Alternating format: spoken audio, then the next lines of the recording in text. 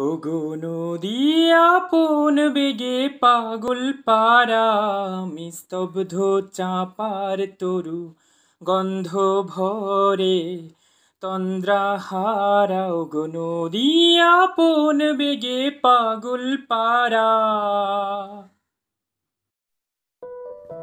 নদীর বর্ণনা প্রসঙ্গে কবিগুরুর কথা ও সুরে মন অজান্তেই এই গানটি গেয়ে উঠেছিল। নমস্কার বন্ধুরা, আপনাদের সকলকে স্বাগত জানাই আমার ইউটিউব চ্যানেল ব্লগার প্রতাপে। আশা করছি আপনারা সকলে ভালো আছেন এবং আজকে আপনাদের জন্য আমি নিয়ে এসেছি একটি নতুন ভিডিও, যেখানে দেখতে পাবেন দুটি নদীর মিলিত রূপ। একটি হচ্ছে মুন্ডেশ্বরী নদী এবং অপরটি হচ্ছে দামোদর নদ। তো এখানে দামোদর নদ এবং মুন্ডেশ্বরী নদী মিলিত হয়েছে একসাথে। তো ভিডিওটি শেষ পর্যন্ত দেখবেন এবং চ্যানেলটিকে সাবস্ক্রাইব করবেন এবং পাশে থাকা বেল আইকনটিকে প্রেস করবেন সমস্ত ভিডিওর আপডেটস ঝটপট পাওয়ার জন্য। পশ্চিমবঙ্গের পশ্চিম অংশের সবচেয়ে গুরুত্বপূর্ণ নদী হল দামোদর নদ। দামোদর নদীটি ঝাড়খণ্ড রাজ্যের পালামৌ জেলার ছোটনাগপুর মালভূমির খামারপাত পাহাড় থেকে উৎপন্ন হয়ে উলুবেড়িয়ার কাছে ভাগীরথী হুগলি নদীতে পতিত হয়েছে। প্রতি বর্ষায় দামোদরের বন্যায় অনেক প্রাণ ও সম্পত্তি হানির কারণে দামোদর নদ বাংলার দুঃখ নামে আখ্যায়িত। এ কথা তো আমরা সকলেই জানি বন্ধুরা। দামোদর নদ ভারতের ঝাড়খণ্ড ও পশ্চিমবঙ্গ রাজ্যের মধ্য দিয়ে প্রবাহিত হওয়া একটি নদী। এই নদীগর্ভ সমৃদ্ধ সম্পদে পরিপূর্ণ। এই নদী যে বিরাট অববাহিকা তৈরি করেছে, সেখানে বড় বড় খনি ও শিল্পকেন্দ্র গড়ে উঠেছে। গঙ্গার শাখা হুগলির উপনদী হল দামোদর, আর এই দামোদর নদের প্রধান শাখা নদী হল মুন্ডেশ্বরী। মুন্ডেশ্বরী নদী হল পশ্চিমবঙ্গের একটি নদী। এই নদীটি হল দামোদর নদের প্রধান শাখা নদী। বর্ষার মরশুমে দুর্গাপুর ব্যারেজ থেকে জল ছাড়া হলে 2000 কিউসেক মিটার পার সেকেন্ড বা 70,000 কিউবিক ফুট পার সেকেন্ড পর্যন্ত জলের প্রবাহ এই নদী নিরাপদে বইতে পারে। কিন্তু এর থেকেও বেশি জল এই নদীতে প্রবেশ করলে দুকুল ছাপিয়ে গিয়ে বন্যা পরিস্থিতির সৃষ্টি হয়। বিশেষ করে হাওড়া, পূর্ব বর্ধমান ও হুগলি জেলার বহু অংশ এর ফলে বন্যা কবলিত হয়ে পড়ে। মুন্ডেশ্বরী নদীর সেচের জলের উপর নির্ভরশীল এই 3 জেলার মোট 13টি থানার বিস্তীর্ণ এলাকার কৃষকদের সমস্যায় পড়তে হয় যখন বাঁধ ভেঙে যায়। মুন্ডেশ্বরীর উৎপত্তিস্থল থেকে মোহনা পর্যন্ত প্রায় 40 কিলোমিটার থেকে 45 কিলোমিটার প্রবাহ পথের দুদিকেই নদীর সেচের জলের উপর নির্ভরশীল হাজার হাজার কৃষক। প্রসঙ্গত বলে রাখি বন্ধুরা, মুন্ডেশ্বরী নদীটির মোহনা হল রূপনারায়ণ নদী। বন্ধুরা, এই মুন্ডেশ্বরী নদীর একটি ইতিহাস রয়েছে। তো চলুন বন্ধুরা, কি সেই ইতিহাস জেনে নিই আমরা। 1914 সালের আগে এই নদী একটি ছোট্ট নদী ছিল, কিন্তু 1914 সালে দামোদর নদের বন্যায় দামোদর নদ তার মূল প্রবাহ খাত ছেড়ে রায়না ব্লকের শ্রীরামপুর গ্রামে মুন্ডেশ্বরী নদীর সঙ্গে যুক্ত হয়।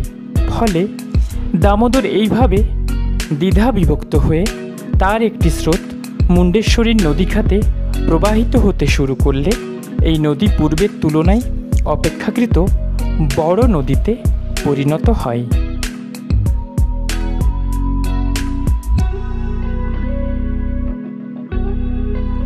ট্রেন মারফত হাওড়া বর্ধমান কর্ড লাইনে ধনিয়াখালী হল্ট স্টেশন কিংবা গুড়াপ স্টেশনে নেমে বাস কিংবা ট্রেকারে 10 ঘোড়া আসতে হয়।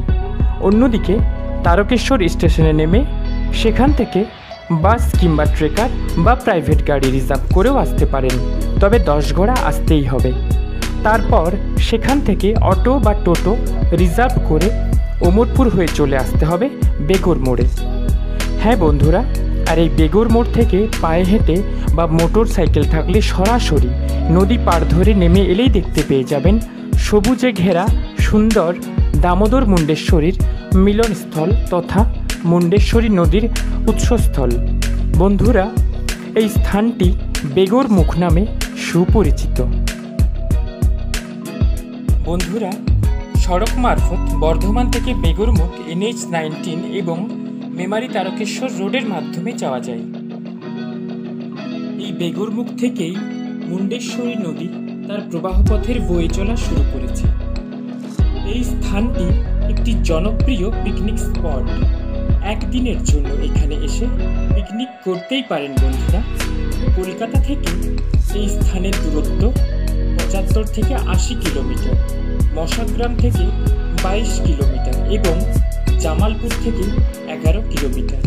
সর্বোপরি এক কথায় বলাই যায়, বেগরমুখ সব দিক থেকেই প্রকৃতি প্রেমীদের কাছে এক টুকরো স্বর্গ। শীতের শুরু থেকেই নানান প্রজাতির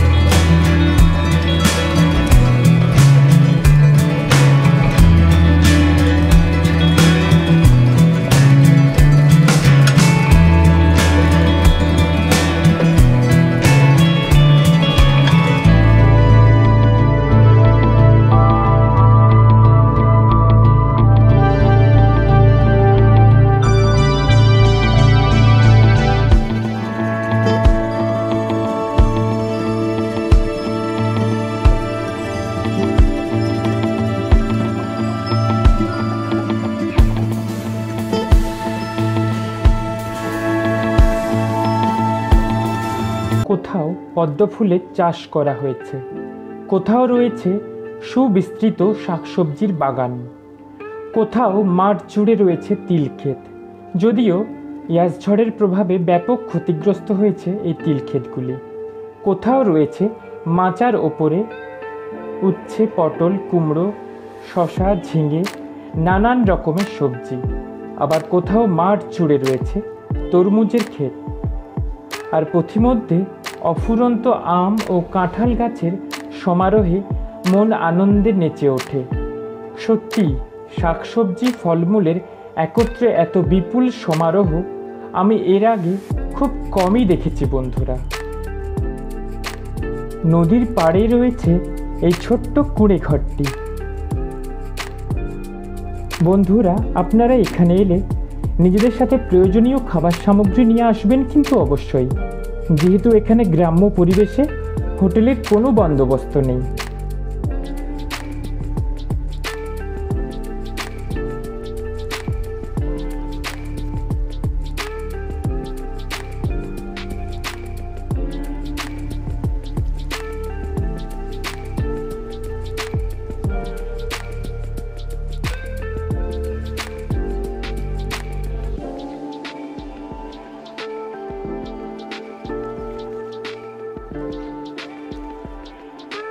সুপ্রিয় দর্শক, তাহলে আর দেরি কেন করছেন আপনারা? পরিস্থিতি একটু স্বাভাবিক হলে একদিনের জন্য মন ভালো করতে এই বেগর মুখে চলে আসতেই পারেন, একাকী, সবান্ধব বা সপরিবারে। সকলকে অসংখ্য ধন্যবাদ জানাই ভিডিওটি শেষ পর্যন্ত দেখার জন্য। সাথে থাকবেন এবং চ্যানেলটিকে সাবস্ক্রাইব করবেন।